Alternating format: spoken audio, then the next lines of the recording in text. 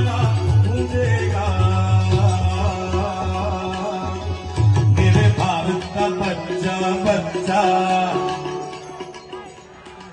હવે ભારતના બચ્ચા તમે એવું ન માનતા કે મારી ઉંમર 60 વર્ષની 70 વર્ષ તો હું ક્યાં બચ્ચો 100 વર્ષના હોય તો ભારતના બચ્ચા જ કહેવા હોય. જય જય શ્રી રામ બોલેગા એટલું તમારે ગાવાનું છે, બાકીનું હું ગાઈશ તમારે. હર ઘર મેં અપને की नाम जय श्री राम। हर घर में अब एक ही नाम एक ही नारा गूंजेगा।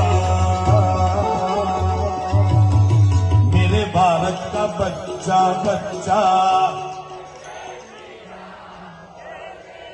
હજી ઠેઠ અયોધ્યા દિલ્હી સુધી અવાજ સંભળાવો જોયો ભાઈ. હા એવું બોલતો. हर घर में बस एक ही नाम जय श्री राम। हर घर में अब एक ही नाम एक ही नारा गूंजेगा। मेरे भारत का बच्चा बच्चा। मेरे भारत का बच्चा बच्चा।